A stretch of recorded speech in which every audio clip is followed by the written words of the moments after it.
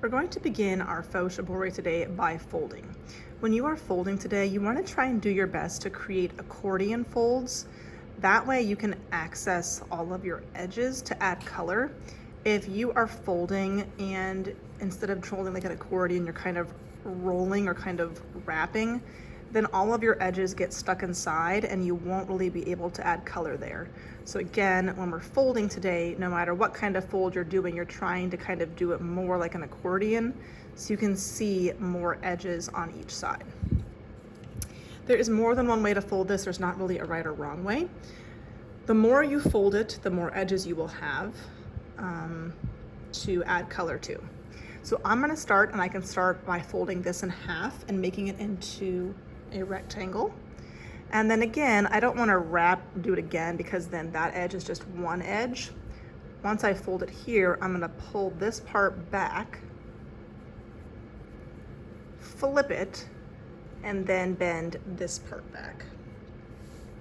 And that makes it easier for me to see multiple edges. From here, I can fold it in half. I could leave it like this in color. I could go a step further and I could bend kind of this half backwards. And then again, not wrapping, but kind of bending this part backwards to end up with a square. So that's one way. Once you get something folded, to help you kind of keep it shut for now, you can just clip it so that it doesn't come unfolded on you.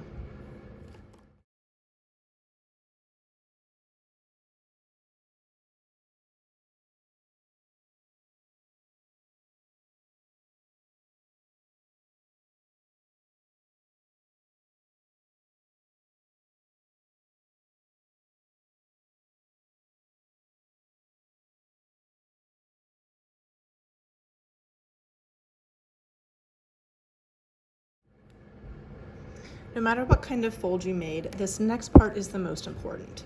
We are going to be using Sharpies to add the color, and because Sharpies are permanent, you do want to make sure that while you are coloring, you have a messy mat down in front of you, and that you keep your fabric on top of your messy mat while you're coloring so we don't end up with Sharpie all over the table. You are trying to just color the edges. So for my triangle, there are 3 sides, so I will probably do 3 different colors. In order for your color to really penetrate and bleed through and make your entire piece of fabric very colorful, you need to make sure you get color on every layer. So if I just color the top layer, that's where it will stay. I need to do the top layer, this kind of second layer, and the bottom layer, and I'm gonna try to do the tops, flip it, and also do the bottoms. This part takes time, but this will really make your artworks be really bright and colorful if you take the time to do this part well.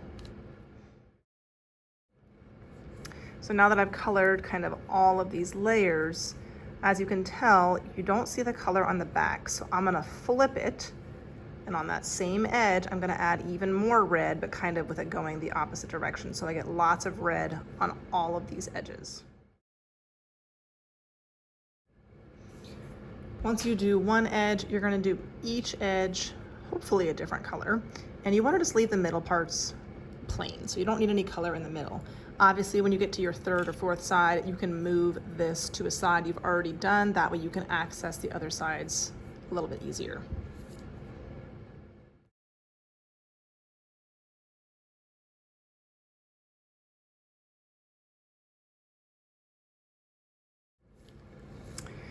Once you're done coloring both of your pieces, just kind of go back and check to make sure that you've got everything. Again, this part is the most important, kind of really getting color in every layer. I might go back and add a little bit of my black in that spot that I missed.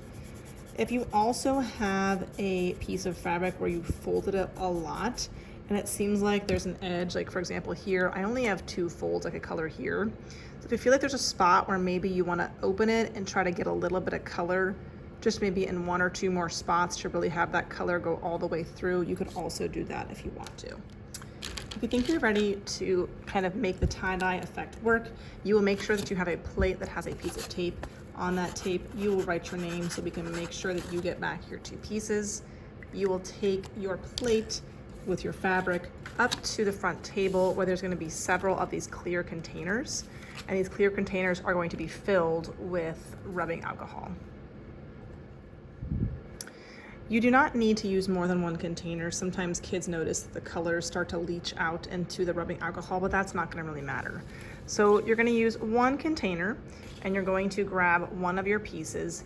This can kind of help you to hold it, but you can also take this off and just hold the fabric if that's easier, or kind of move it somewhere a little bit easier for you to hold. You're going to take your fabric and you're going to dip it so that the edge is kind of sitting in the water and starts to soak up, some of the rubbing alcohol. Once you have kind of one edge soaking up some of your color, you're going to rotate it so that it can start soaking into a different side.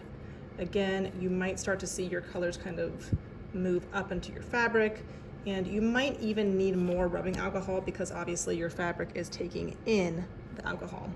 But you want to do that to each side. Don't be alarmed if your color starts dripping out and kind of mixing. I promise it usually looks really, really cool. Once it's done, you can either leave it like it is or you can clip it, and then you're going to set it onto your plate so that it can fully dry. Do not open it, it needs to dry while it's shut.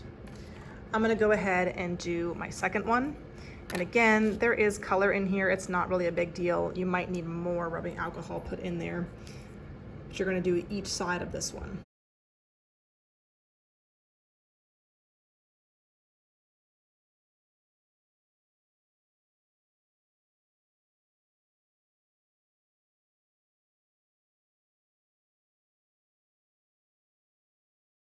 And then I'm gonna take this one and set this one on my tray. Again, you can leave it clipped. Sometimes it does leave a mark, so if you don't want a mark to be showing, you can just put your clothespin on the plate. And then you will put this entire plate on the drying rack, so again, these can dry completely, and we will unfold them next time and see what we get.